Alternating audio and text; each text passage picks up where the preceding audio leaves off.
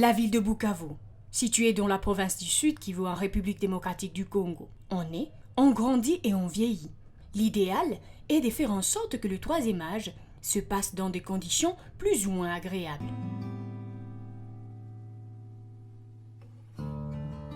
L'État congolais, ne prévoyant pas encore les institutions, les maisons de retraite, les centres d'encadrement qui pourraient s'occuper des personnes des troisième âge. Ces derniers se voient manquer à quel sens se vouer et déambuler par-ci et là en train de mendier. C'est dans ce sens que l'Action pour le bien-être des seniors, ABS en sigle, a pensé contribuer tant soit peu à l'amélioration des conditions des personnes des troisième âge. ABS, c'est une organisation sans but lucratif dont l'idée est venue de quelques réflexions. Et la première réflexion, c'était celle du pape François qui avait dit un pays développé, on sait le sentir quand ils prennent en charge les enfants et les vieux. Et il y a un monsieur qui m'avait beaucoup inspiré aussi, il s'appelle Marco. Il est de la communauté Saint-Egidio. Il était passé ici à Bukavu, tenir, c'est pas un congrès, là où il était venu parler exclusivement aussi de la personne de troisième âge. Et tout ça, ça m'avait fort intéressé. Et en regardant aussi la vie de nos vieux, surtout dans les milieux où nous œuvrons, dans les milieux ruraux, je me suis dit, c'est une interpellation.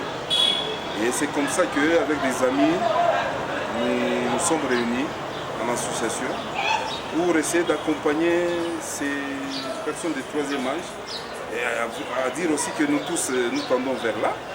Et alors, il nous est paru utile et comme un devoir de nous occuper de cette catégorie de personnes, nous rappelant qu'ils sont aussi vulnérables. C'était un peu ça la motivation. Bon, ABS, c'est pas seulement les médecins, parce que quand vous lisez même nos statuts, nos règlements et tous les textes qui nous régissent, vous allez vous rendre compte qu'il y a des infirmiers, des médecins, des acteurs sociaux, des agents de développement, des juristes. Donc c'est toute la communauté qui est un peu représentée au regard des besoins de la personne âgée. La personne âgée n'a pas besoin que de soins médicaux. Elle a besoin d'un logement, ils ont besoin de beaucoup de choses. Et toutes ces choses-là prises en un tout, alors nous sommes réunis et rassemblés avec d'autres compétences. À Bukavu, je peux dire que c'est juste un siège social. Nous avons un bureau ici sur l'avenue Cathédrale, numéro 12.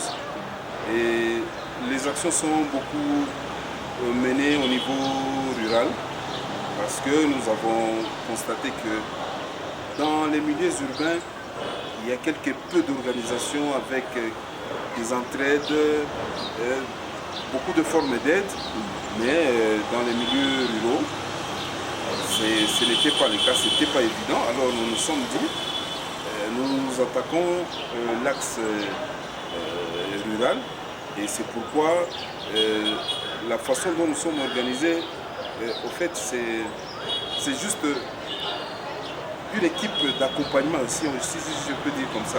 Parce que quand vous allez même dans le village, vous allez trouver que les seniors sont organisés à leur niveau. C'est des gens organisés, mais qui peuvent manquer un bureau, qui peuvent manquer des moyens, mais c'est des gens organisés qui se connaissent, ils connaissent leurs problèmes. Alors ABS vient en appui, parce que notre vision c'est un accompagnement médical, social, juridique et tout ce qui s'ensuit. Donc voilà un peu. Donc nous accompagnons les actions qui sont menées par différents groupes de seniors. C'est pourquoi nous avons des camps, que nous appelons des camps pour seniors, dans lesquels camps nous intervenons. Et actuellement, ce qui est beaucoup plus actif, c'est le camp de Kitutu, dans le territoire de Munga. Et nous avons fait une identification à Calais et nous aurons un autre camp à Calais d'ici là et à Kabamba. Aux alentours de Bukavu, il y a de cela plus de 5 ans, je crois, ou 4, nous avons commencé à Kavumu.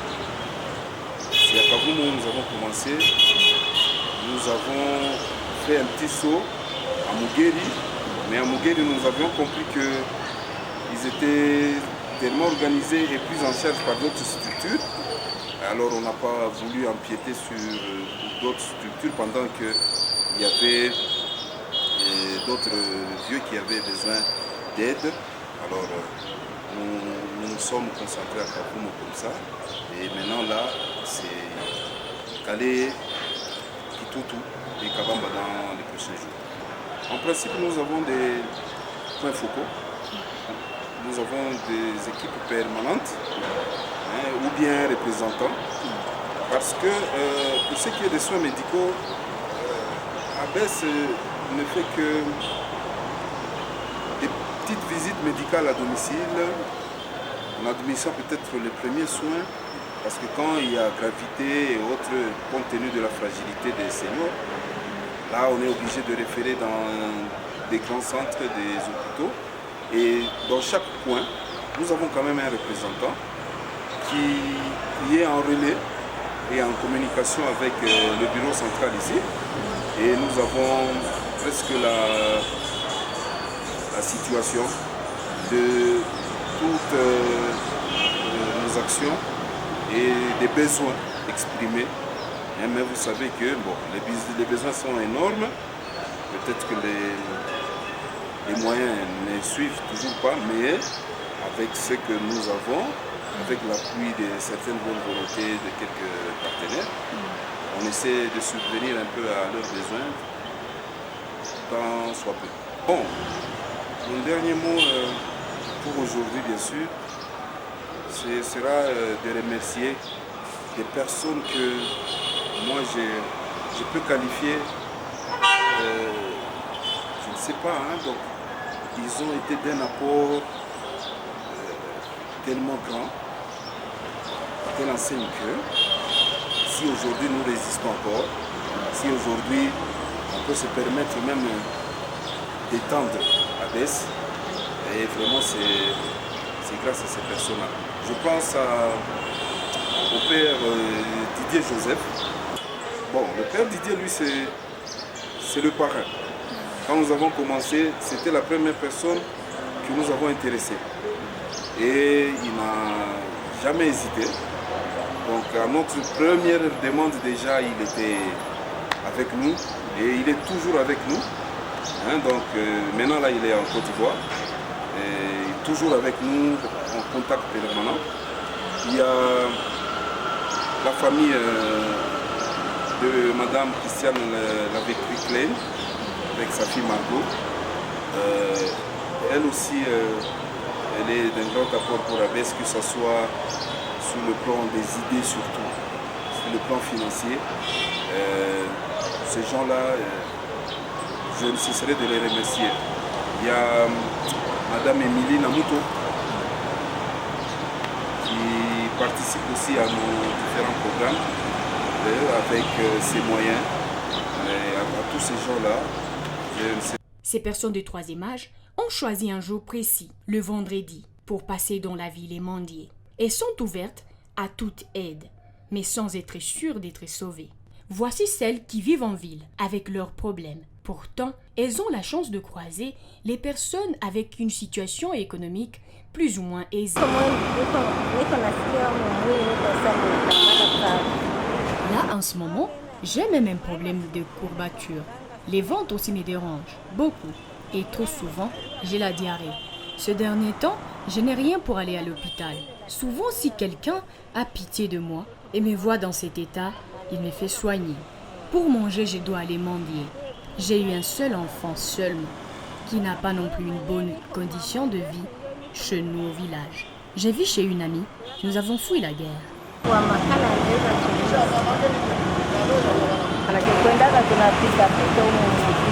Nous passons ici en ville pour mendier. Je viens de quelques kilomètres du centre-ville. Nous vivons ainsi dans la souffrance. Nous prenons des maisons en location sans savoir comment nous allons trouver l'argent pour les payer.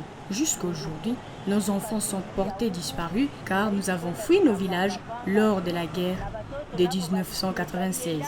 Et depuis, nous sommes restés ici à Bukavu. Passer comme ça à mendier partout, c'est très difficile pour nous. Dire aussi rester à la maison, la famine va nous tuer. Si je tombe malade, je vais à l'hôpital. Puis on envoie la nouvelle à l'église qui paye ou une personne de bonne volonté.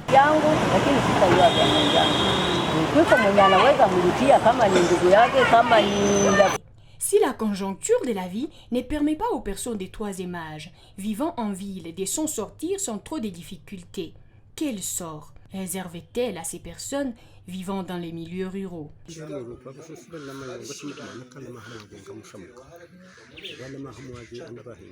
Les personnes des troisième âge vivent difficilement ici chez nous. En dépit de leur âge avancé, ils sont obligés de se prendre en charge eux-mêmes. De ce fait, certains cultivent leurs champs. Mais avec notre agriculture qui n'est plus très rentable, vous imaginez ce que ça peut donner. Mais ils font tout de même des efforts et évitent d'aller commander dans la rue. Il n'y a pas d'aide extérieure. Si tu n'es pas en mesure de te prendre en charge chez toi, c'est que tu vas seulement souffrir. En cas de maladie, le recours, c'est le petit élevage à la maison qu'il faut vendre pour avoir un peu d'argent et ainsi honorer la facture de l'hôpital. Ce qui est bizarre, c'est que les services de l'État passent souvent pour les recensements, pas souvent pour les recensements des personnes âgées de 60 ans et au-delà. Mais nous ne savons pas à quoi ça sert, car ils ne donnent aucune suite.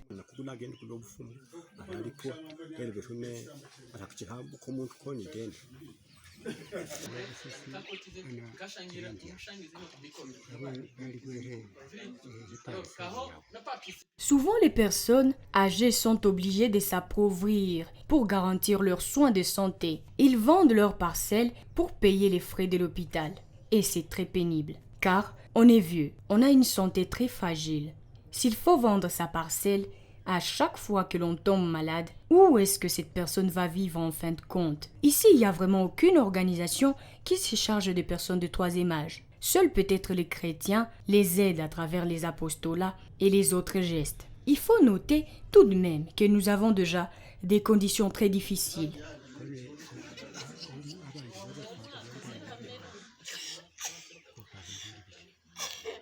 C'est notre chemin à tous. Et visiblement, la situation n'est pas agréable. Ensemble, faisons en sorte que nos seniors vieillissent dans de bonnes conditions.